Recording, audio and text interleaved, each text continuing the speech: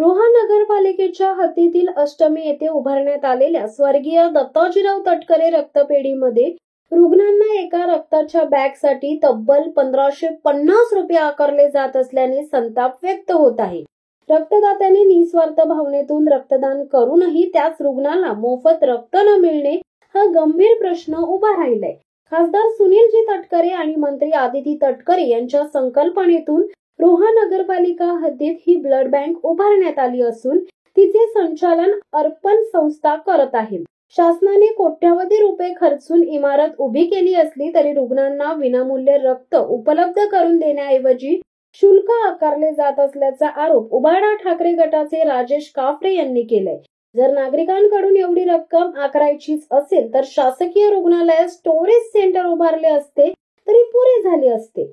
एवढा गाजावाजा करून रक्तपेढी उभारण्याचा उद्देश काय, असा संतप्त सवाल त्यांनी उपस्थित केला. स्थानिक नागरिकांच्या मते अपघातग्रस्त किंवा गंभीर आजारी रुग्णांना तातडीने मोफत रक्त मिळावे हीच ब्लड बँक स्थापनेची खरी भावना होती. मात्र सध्या सुरू असलेली शुल्क आकारणी ही त्या भावनेला हरताळ फासणारी ठरत असल्याची खंत व्यक्त केली जात आहे. जी ब्लड बँक नगरपालिकेच्या इमारतीमध्ये उभी झाली, आम्हा सगळ्या रोहेकरांना वाटलं ते रक्तपेढी चालू झाली म्हणजे ती रोहेकरांसाठी मोफत असेल आणि मंत्री महोदयांनी उद्घाटनाच्या बोललेले की अल्प किंवा मोफत असेल. पण तिथं आता आम्हाला कळलं की इथं ब्लड हा 1550 ला विकत म्हणजे जात आणि धंदाच चालू केलेला आहे. आणि जर कार्ड असेल तर 500 रुपये फक्त कन्सेशन भेटतोय. जर तुम्हाला ब्लड बँकच चालू करायची होती तर आता सरकारमध्ये मोफत आता जो ब्लड स्टोरेज आहे तिथं मोफत आपल्याला रक्त भेटतच आहे. त्या सरकारी रुग्णालयातच जर ब्लड बँक चालू केली असती तर ते लोकांसाठी जास्त फायदा झाला असतं. दुसरी गोष्ट, आज त्या संस्थेला दिलेली आहे, त्या संस्थेला कुठल्याही प्रकारचं भाडं आकारण्यात येत नाही.